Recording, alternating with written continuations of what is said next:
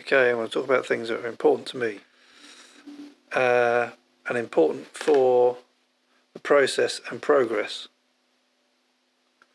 of understanding life, what your life is, you, the universe, the multiverse and everything, and ET beings,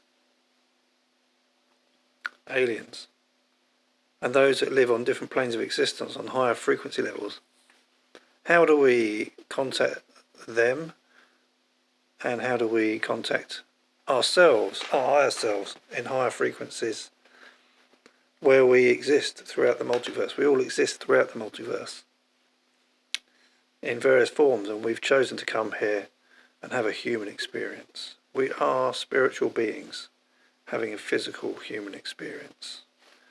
This is my understanding, this is my truth.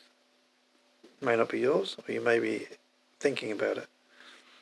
And one of the biggest and most important things, I think, for humans is to learn to meditate, to get in contact with yourself, your deeper self, your higher self, and bring that forwards into your everyday life and help you to get more out of life, your everyday life, and to get closer to what the meaning of life is, the reality of life, and how to improve your life in general. Surely everyone wants that, really.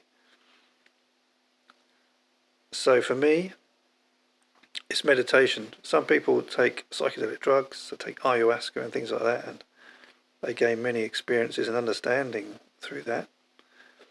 You can see many famous people who have done that using DMT, etc., like Joe Rogan, some of his friends, and Graham Hancock. He uses ayahuasca. And I know personally people that have used ayahuasca and have made great gains in understanding about themselves and about life, the universe and everything. For me personally, it's meditation. I have tried a little bit of these other things, a mixture of ayahuasca and something else. Someone gave me once to try, and it's very interesting. I did see some geometric shapes and things, and felt entities come into the room where I was to see me, although I couldn't really see them, but I saw his vague outlines, and I felt energetically beings had come to have a look at me. They came and went as I writhed about.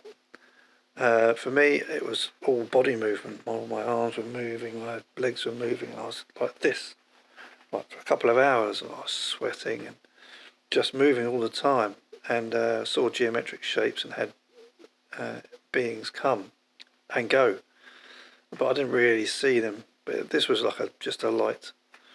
This is a mixture of a few things, and so it lasted a couple of hours anyway. I'm no expert in this thing. It was interesting, but that was it. For me, it's meditation. You're fully in control. If you use drugs, you're kind of letting go of control in a way, and allowing the drug to take you and to get you to some place. In my experience, as soon as you want to stop the experience with the drugs, you can just eat. The whole thing is to not eat too much, and a bit of a starvation, and your body absorbs. I think people can correct me on this, I'm not an expert, but for me, I was told, just to not eat anything for the morning or whatever, and just have something very light or whatever for breakfast, and then had this in the afternoon. And as soon as you eat something, the experience stops and it goes away, and that finishes it. So you do have control, some control over it, really. But for me, meditation, you totally have control. You're developing your mind and your consciousness to be able to be still. And as you allow things to arise within you, you just notice things and let them go, and you're constantly going deeper and deeper. So you may have emotions that arise, and these emotions, you may not know where they come from. You may have memories that come up and bring tears to your eyes, or maybe you just feel sad for no reason or cry for no reason. Because as you quieten the mind, you're allowing space. And in that space, things come up that are buried down deep. And the more you meditate, the more these things are allowed to come up.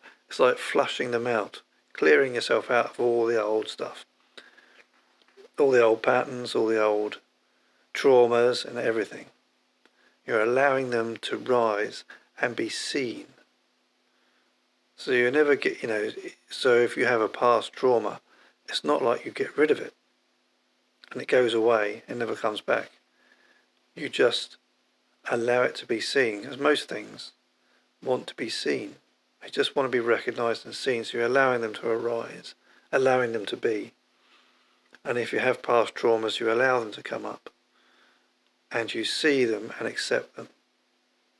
And you learn to live with them. So rather than always trying to block things and push things down, and sort of pretend they're not there or try and just squash them, you allow them to arise. And you allow yourself to see them and for them to be seen. And this is very cathartic, and you learn to live with things.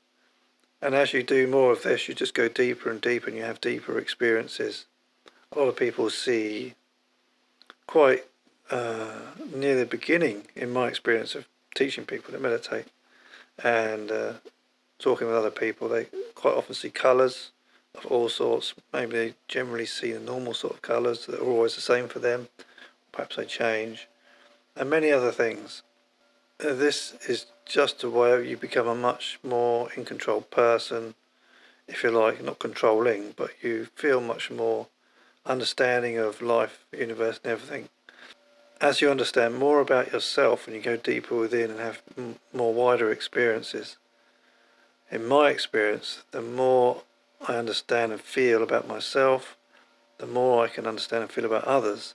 So my empathic ability really came on with lots of deep meditation. So as I understood emotions and feelings and where they are, where they came from and why they come along, as the more I understood them for myself, I found the more I could understand other people, where they were in their situation and why they were in a certain way. And it progressed to being near people and feeling emotions and things that weren't mine. And then, but there are other people's. And at first you think, oh, why am I feeling like this? Why am I feeling sad? Why am I feeling like I've just lost a loved one? What of that feeling, that empty feeling of loss, or things like that. This is, for me, just talking from personal experience of being near people who they've lost their loved one.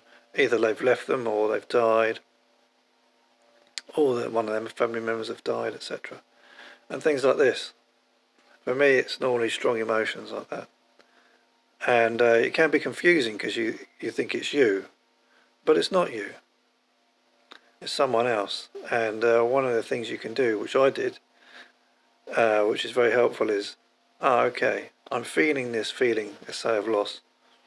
But I've not lost anyone, I don't know anyone that's died. I have no reason to feel like this. Therefore, it's probably someone else. And then I look around in the vicinity, in the room I'm in, a bunch of people, and I think, who is this? A case in hand, I just want to do a meditation session, but this is a pre-ramble. I'm just going with the flow. So, and it was in the monastery actually, and I had disrobed, and I was there as a lay person, and I felt this deep sense of grief and loss. And the monks at the front of the dining hall, I was near the back, and they read out messages. People give them messages to read out happy birthday to so-and-so and all this sort of thing, congratulations to this person, or someone's brought some food to give to the monks in remembrance of their father, or all sorts of things.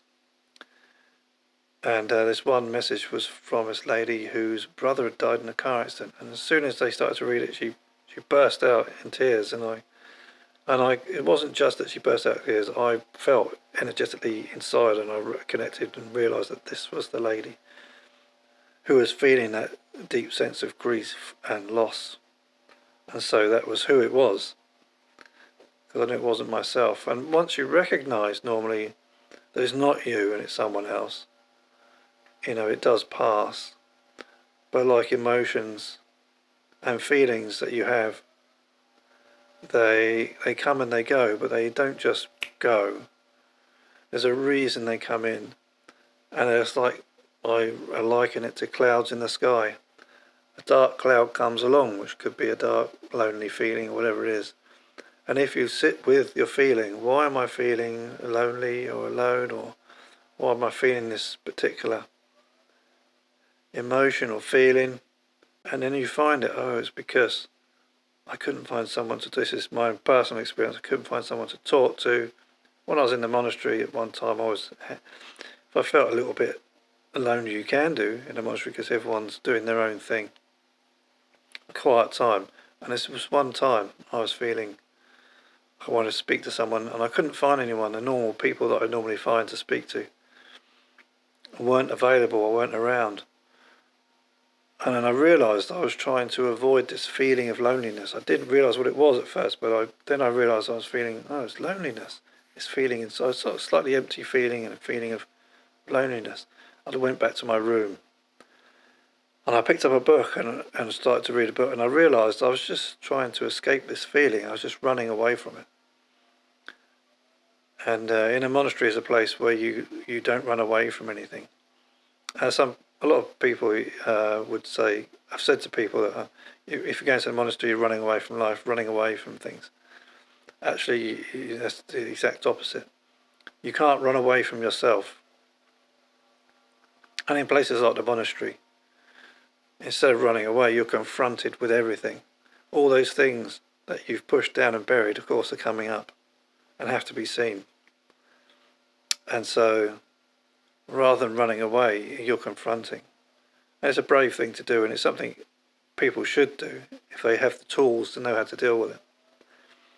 Anyway, so I picked up this book and realised I was running away from this feeling, trying to bury it, and I thought, no, I shouldn't do this.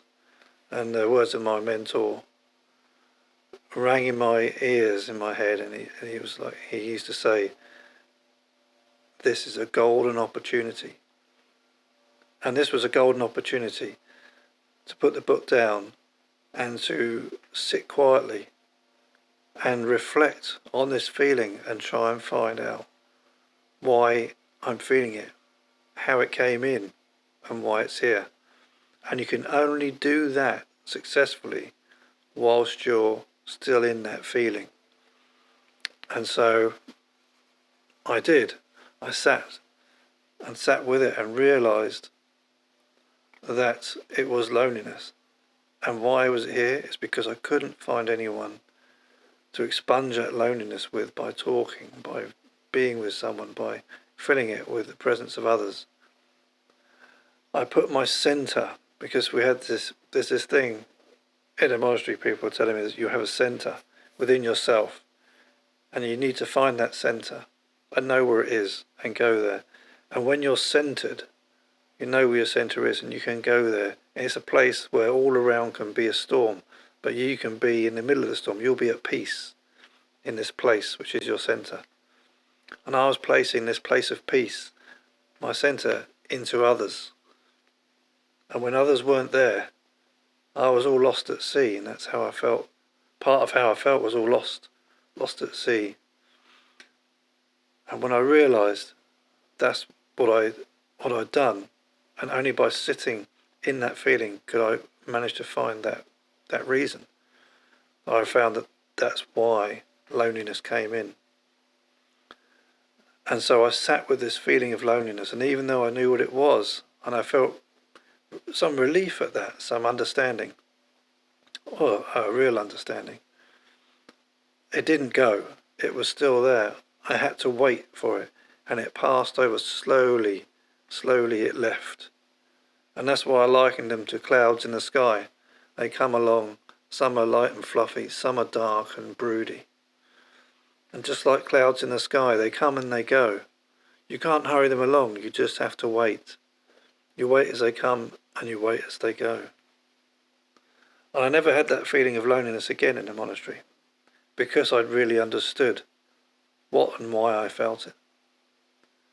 And I began to really understand the centre, to find my centeredness, my centre, and to be centred. And sometimes you have to relive that and re-go through finding your centre. It's a continual practice. As a human living on Earth, everything is a continual practice. So see, that's just an example, or some examples of the benefits of meditation and the deeper understanding you get to life and everything. And amazing things like that, and things like empathy and all sorts of other things. And so this is something I want to share with people. This is something that I think everyone should know how to do. And people say they can't meditate.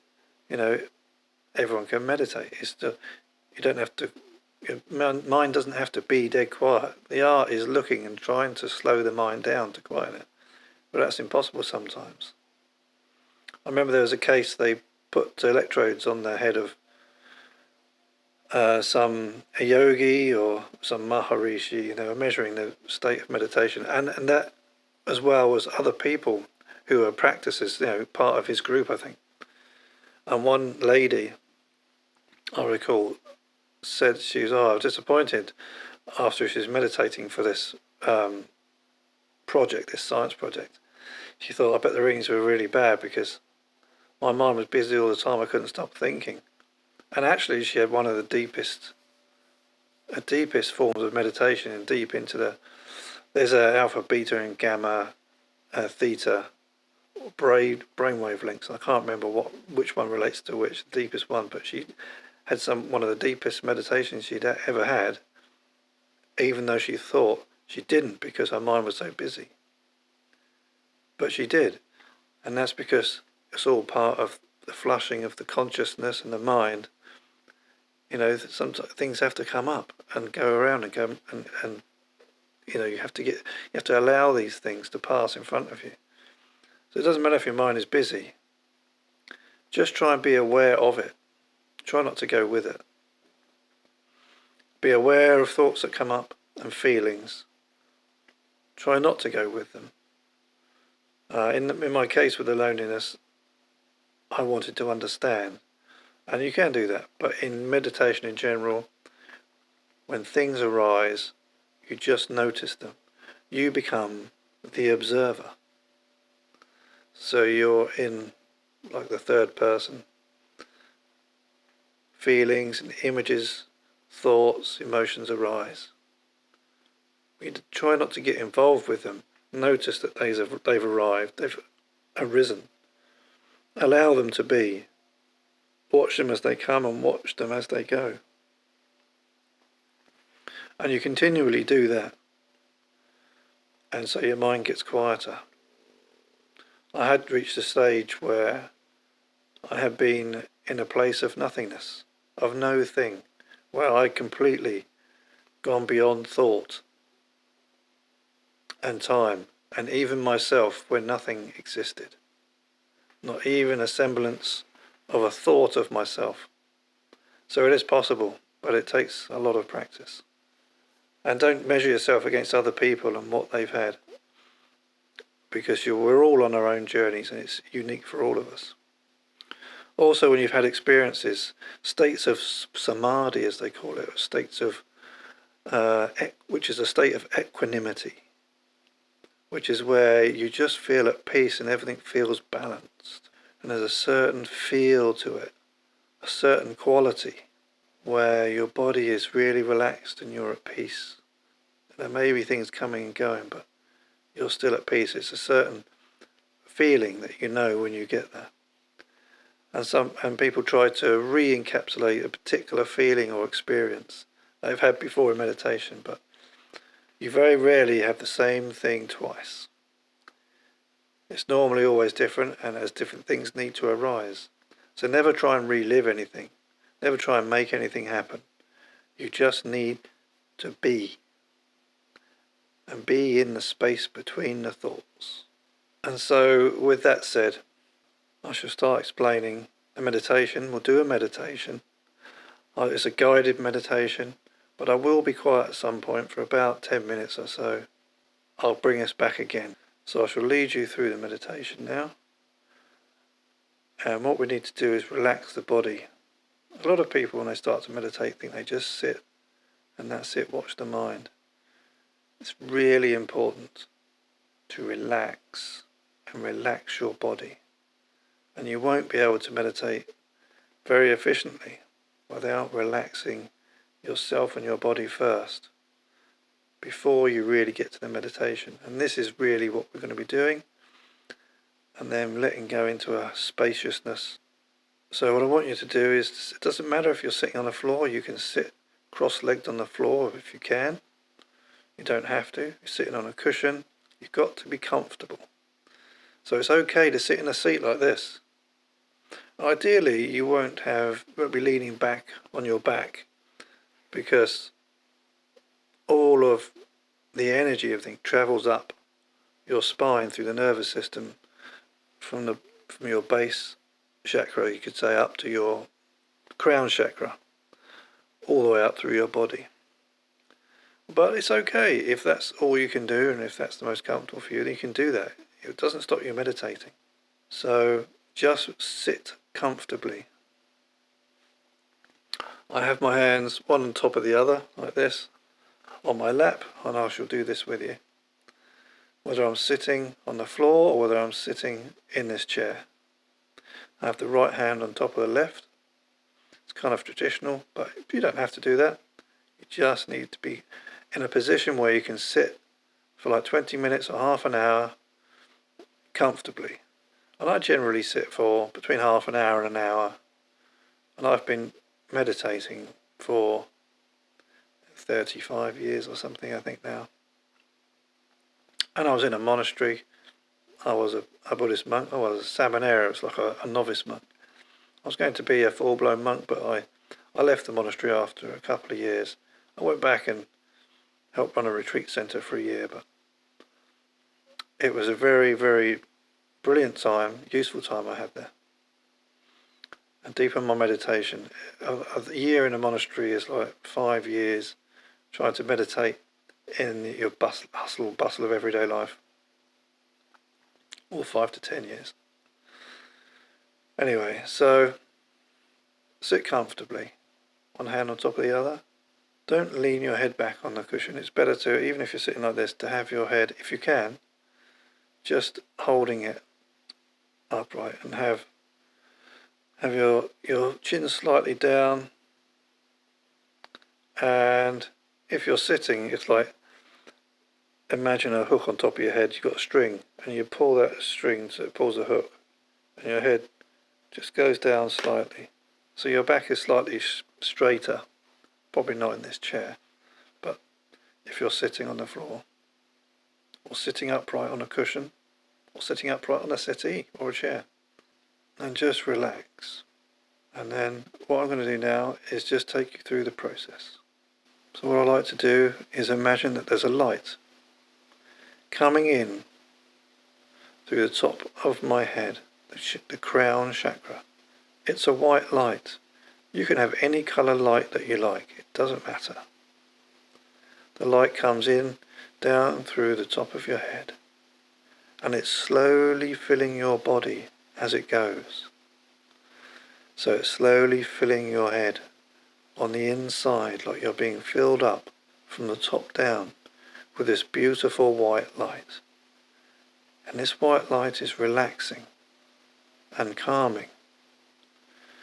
Imagine the light coming in through the top of your head. Now imagine the top of your head relaxing. Everything that the light touches is relaxed and calmed by this beautiful white light. And as it comes down, it's coming past your forehead. Feel your forehead relax. Let that frown relax. You feel it relaxing your eyebrows. And they all turn to this white light. Comes down the top of your ears. Feel your ears relaxing. Coming down, let your nose relax. Coming down, feeling your lips relax. Feel your cheekbones and your cheeks relaxing as it all turns to light. The light is coming down to your chin. Feel your mouth and your chin relax.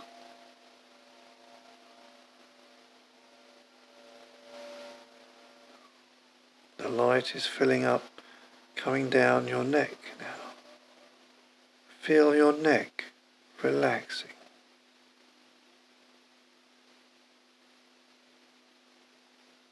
Your neck is relaxing.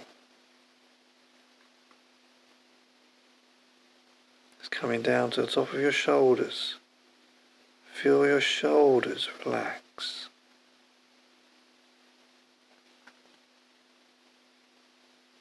The light's now going down your arms. Feel your arms relax, your biceps, your elbows. Coming down your forearms into your hands. Feel your hands relaxing. Into your fingers. Feel your fingers relax.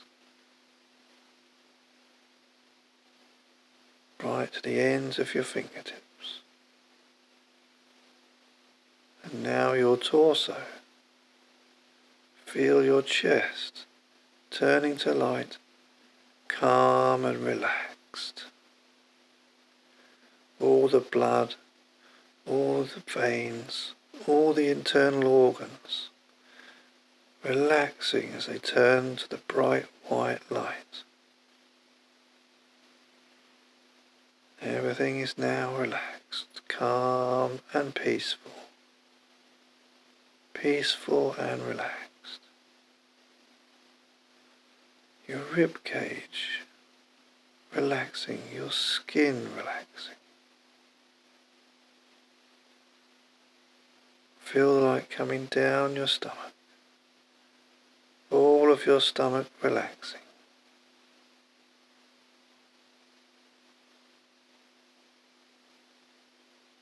Down, down it goes. Down to your hips. Feel your hips relax.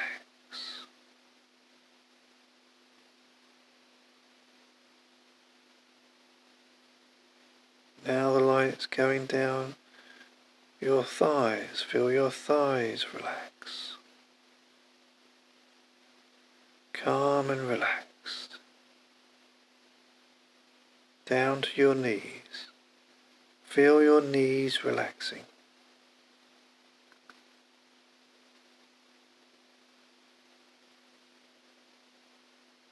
Now the light is coming down your shins, your shin bones, your calf muscles, relaxing as they turn to light, calm and peaceful. And now down to your ankles relaxing.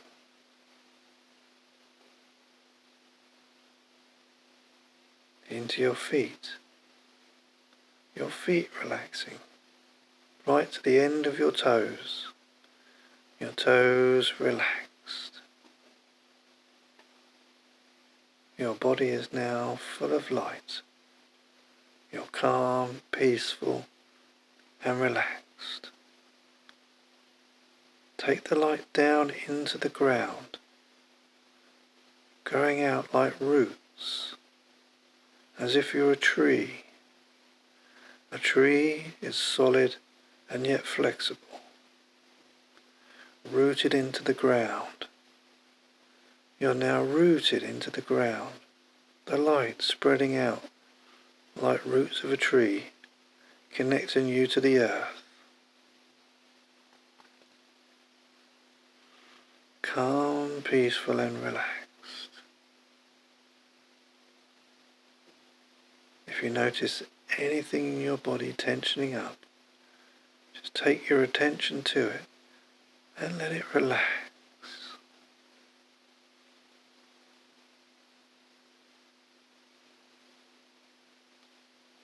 And now your mind. Let your mind relax As thoughts come and thoughts go, just allow them to be. Allow them to come and allow them to go.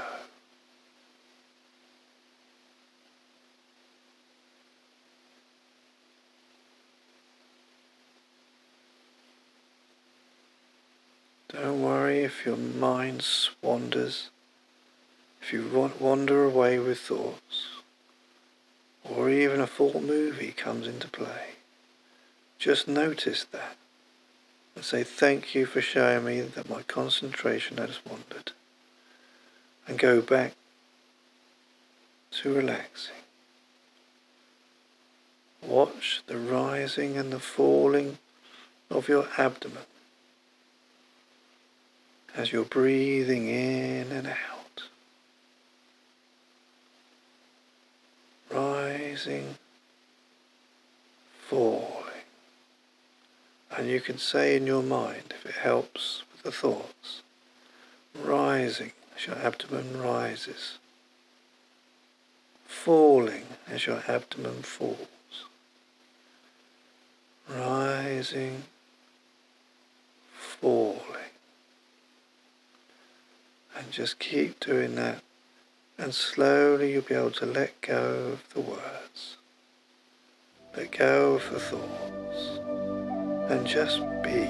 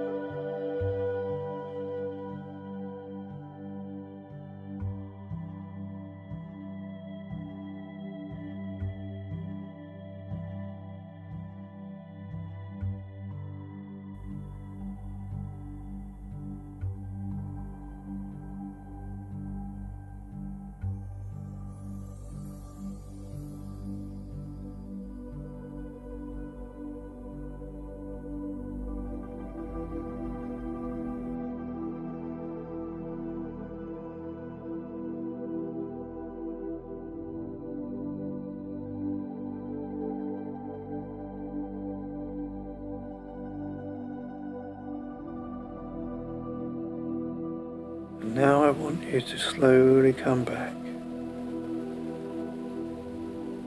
Slowly come back to your mind where you're sitting, feeling your body and your mind, feeling where you are, seated, touching the earth. And when you're ready, you can open your eyes. Open your eyes and be back in the room. Don't rush to get up. Don't rush to do anything. Take your time. So now you're back in the room.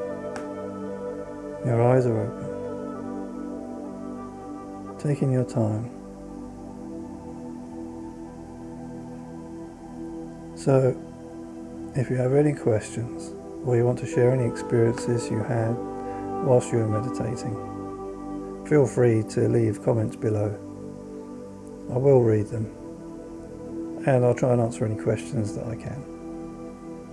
I hope you enjoyed that, and you can use this video whenever you want to help you get into the right state for meditation. Thank you.